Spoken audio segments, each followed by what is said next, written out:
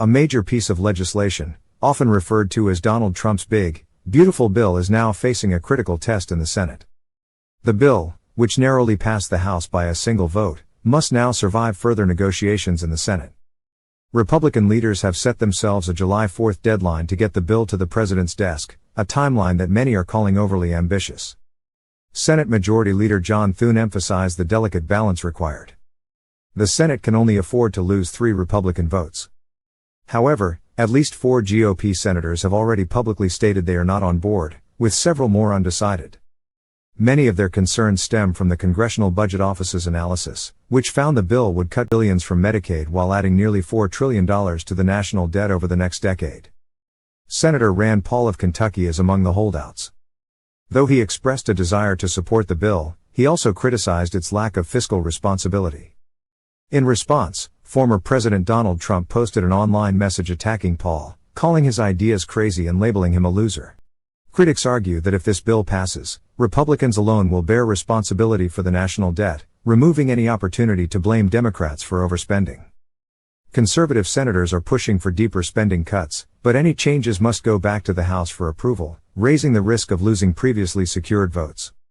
Amid this political struggle, Elon Musk entered the debate. Posting on X, the platform formerly known as Twitter, Musk wrote, "I'm sorry, but I just can't stand it anymore. This massive, outrageous, pork-filled congressional spending bill is a disgusting abomination. Shame on those who voted for it. You know you did wrong. You know it." This statement has caused a stir on Capitol Hill. House Speaker Mike Johnson acknowledged that he had a conversation with Musk, attempting to explain the bill's merits. He also suggested that Musk's criticism might be partly motivated by the bill's proposal to eliminate certain tax incentives for electric vehicles, a significant issue for Musk as the head of Tesla. Despite the criticism, Johnson stopped short of directly accusing Musk of acting in self-interest, stating only that others could draw their own conclusions. Meanwhile, Democrats have seized on Musk's comments.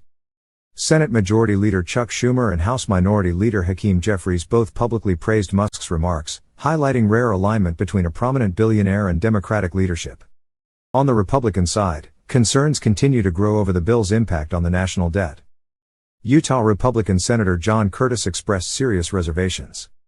He cited the CBO's estimate that the bill would add trillions to the deficit and pointed out that it only cuts $1.5 trillion over a projected $20 trillion in new spending over the next decade. He questioned whether such a plan would ever be acceptable in a private business or household, and certainly not in the state of Utah. Curtis emphasized that significant revisions are necessary before he and other Republican senators can support the legislation. This sentiment is echoed by many others in the party who want major adjustments before backing the bill. Senate leaders are under intense pressure to push this legislation through by their self-imposed July 4th deadline. That will require significant negotiation within the Republican caucus. With strong opposition on both ideological and fiscal grounds, getting the bill passed remains uncertain. Adding to the drama, Musk posted another message online. "In November next year, we fire all politicians who betrayed the American people." While some see Musk's influence as waning, especially among Democrats, his comments still hold weight in political discourse, particularly in an environment where public debt, spending, and fiscal policy are at the forefront of national debate. In closing, the coming weeks will be pivotal. With razor-thin margins, Republican leaders must negotiate changes that appease both fiscal conservatives and moderates, without losing the fragile support that got the bill through the House in the first place. This situation remains highly fluid. We'll continue to monitor developments on Capitol Hill as they unfold. Before you go, don't forget to subscribe to our channel for trusted updates, real news, and in-depth political coverage. Your support helps us bring clarity to the issues that matter most. Thank you for watching.